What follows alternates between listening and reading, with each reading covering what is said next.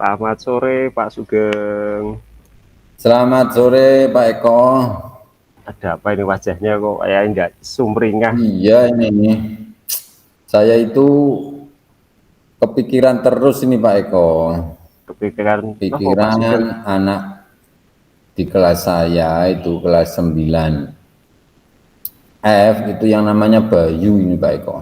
Oh, Bayu kenapa Yang Pak namanya Sugeng? Bayu itu kalau saya masuk kelas itu nyeleneh gitu loh Pak Eko. Oh, Jadi jelas ya. sering membuat onar kalau diberi pertanyaan jawabannya menyimpang begitu. Seolah-olah mencari perhatian gitu Pak Eko. Oke Pak Sugeng. Jadi di pembicaraan kita kali ini apa yang ingin Pak Sugeng capai Pak Sugeng? Ya, saya menginginkan ada perubahan di anak tersebut. Jadi saya melakukan apa yang nantinya dapat berakibat positif bahwa anak tersebut nanti ada perubahan tingkah laku di kelas sehingga KBM dapat berjalan dengan baik lah begitu. Jadi Oke. sementara ini kan apa namanya tadi semacam troublemaker gitu yang namanya Bayu itu Pak Eko. Oh Harapan iya. saya seperti itu. Oke, jadi mencari solusi untuk si Bayu ya Pak Sugeng. Nggih, nggih. Aktif bisa diterima di kelas ceritanya gitu. Ya, kalau Nggih. kita buat skala 1 sampai 10 Pak Sugeng, ini kira-kira kemampuan Pak Sugeng untuk mengatasi atau menyelesaikan permasalahan itu berada di skala berapa ini Pak Sugeng? Sementara ini saya melakukan ya pembinaan ya, artinya sering saya sampaikan ke anak, mbok ya jangan membuat onar dan seterusnya dan seterusnya. Ini kira-kira yo saya mungkin masih dalam skala 6 Pak Eko ini. Masih dalam skala 6 ya, berarti Iya, kalau maksimal 10 itu ya lumayan jauh ya Pak Sugeng ya. jauh nggih, masih jauh nggih. Kayaknya belum Oke. maksimal gitu Pak Eko. Oke Pak Sugeng. Nah kalau dari kekuatan tadi Pak Jenengan sudah punya kekuatan di skala 6, kemudian bisa lebih detail lagi enggak kekuatan yang jenengan miliki itu apa saja itu Pak Sugeng? Ya, kekuatan saya mungkin yang pertama ini motivasi. Jadi saya punya keinginan kuat untuk merubah anak tersebut supaya bisa normal lah, artinya bisa mengikuti kegiatan belajar di kelas itu seperti lainnya. Kayak gitu, satu itu motivasi. Yang kedua, saya punya kekuatan bersama-sama dengan guru lain. Dengan guru lain mungkin saya akan berkomunikasi, kolaborasi dengan guru lain dan guru BK.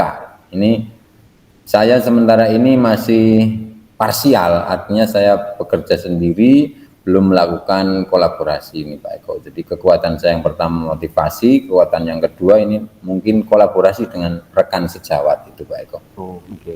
Jadi ada motivasi dari Pak Sugeng sendiri, kemudian dilanjut dengan Oke. kolaborasi dengan rekan sejawat. Oke, bagus sekali Pak Sugeng itu. Nah, Yeah. kemudian kalau kita lihat dengan kekuatan yang Pak Sugeng miliki, peluangnya Pak Sugeng untuk mencapai tujuan akhir itu peluangnya bagaimana ini Pak Sugeng? Peluangnya cukup besar karena sementara ini kan saya masih dalam posisi yang tadi saya sampaikan parsial Pak Eko, artinya penanganannya belum holistik, belum menyeluruh dengan teman-teman tadi. Jadi saya juga belum tahu Pak Eko, apakah ini menimpa pada mata pelajaran saya sendiri, mungkin IPA dianggap sulit atau bagaimana, atau menimpa pada mata pelajaran yang lain. Ini saya belum melakukan komunikasi dengan rekan-rekan guru yang ada di kelas itu Pak Eko.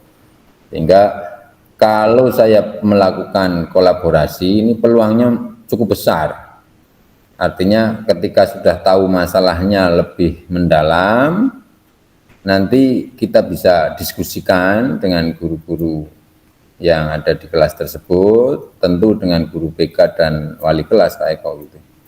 Oke Pak Sugeng, jadi nanti ada kolaborasi dengan wali kelas juga di samping guru BK. Nah, kemungkinan ada hambatan nggak Pak Sugeng kira-kira, misal dalam Pak Sugeng melakukan rencana-rencana tersebut, kira-kira nanti ada hambatan nggak yang muncul? Ya, hambatannya mungkin yang pertama pada masalah waktu, karena untuk melakukan komunikasi dengan rekan-rekan guru yang mengajar di situ tentu kan mencari waktu yang sama luangnya, karena guru mata pelajaran di SMP kadang saya masuk kelas, kemudian guru lain tidak di kelas atau di kelas yang lain gitu. Jadi mencari waktu yang pas tentu secara apa namanya one by one, artinya satu demi satu mungkin seperti itu Pak Eko. Jadi tidak bisa dikumpulkan seluruh guru kelas dalam satu rapat, nampaknya kok kesulitan gitu. Sehingga apa namanya, yang pertama mungkin masalah waktu ini Pak Eko hambatannya. Kemudian yang kedua, ini juga saya menengarai perlu diketahui tentang teman-teman juga, rekan-rekan juga, ini kepeduliannya bagaimana? Apakah saya sendiri yang apa namanya merasa apa namanya kurang nyaman dengan anak itu, atau yang lain cuek? Lah ini juga kita perlu ngecek Pak Eko. Jadi itu perlu dicek dulu. Kalau kita sependapat nih, sepaham akan memperbaiki anak tersebut, insya Allah nanti itu akan lebih mudah Pak Eko. Oke, jadi kendala yang mungkin dihadapi nanti waktu dan juga butuh konfirmasi dari rekan dari sejawat. Oke Pak Sugeng, kita coba lanjut ke solusi ya Pak Sugeng ya. Oke, nah, kira-kira dari hambatan tadi kemudian Pak Sugeng punya rencana aksi yang bagaimana ini Pak Sugeng? Iya. Rencana aksinya ini saya punya pemikiran, yang pertama saya akan komunikasikan ini dengan wali kelas dan guru BK. Ini apakah mengalami hal-hal yang sama dengan yang saya alami di kelas tersebut atau tidak, ini kan komunikasi. Kemudian yang kedua, komunikasi dengan guru lain, mapel lain, jangan-jangan anak ini pada mapel eksak saja merasa kesulitan, kemudian sebagai apa namanya luapan emosi karena mungkin tidak suka dengan mapel tersebut atau tidak suka dengan gurunya, sehingga berbuat seperti itu, membuat gaduh begitu Pak Eko. Jadi komunikasi yang pertama. Yang kedua mungkin kalau sudah ada komunikasi, nanti kita akan bicarakan langkah-langkah selanjutnya. Misalnya guru BK dan wali kelas, biasanya ini kalau kita lapori di sekolah kami, ini biasanya akan ada kunjungan ke rumah untuk ngecek dengan orang tuanya. Ada komunikasi dengan orang tua juga Pak Eko, biasanya wali kelas dengan guru BK. Tentu dari hasil apa namanya laporan-laporan yang berasal dari guru mapel kemudian ditindaklanjuti gitu Pak Eko. Oke Mas, jadi ada rencana aksi untuk komunikasi dan kolaborasi dengan wali kelas dan BK, kemudian ditindaklanjuti home visit ya Pak Sugeng untuk melakukan komunikasi dengan orang tua terus. Nah terus ini Pak Sugeng, nah Pak Sugeng punya indikator keberhasilan enggak dalam rencana tujuan ini Pak Sugeng? Ya, indikator keberhasilan dalam langkah saya tentu setelah saya melakukan komunikasi, terjadinya kesepahaman di antara saya dengan teman-teman yang mengajar di kelas tersebut, kesepahaman dengan guru BK dan wali kelas, ini indikator keberhasilan dalam langkah yang akan saya tempuh. Kemudian indikator keberhasilan ketika saya terapkan itu di kelas tersebut, mudah-mudahan anak itu ada perubahan positif ini Pak Eko, perubahan positif yang tadinya onar begitu membuat onar, mungkin agak berubah sedikit demi sedikit begitu, ada kesenangan yang lain yang mungkin bisa didapat begitu Pak.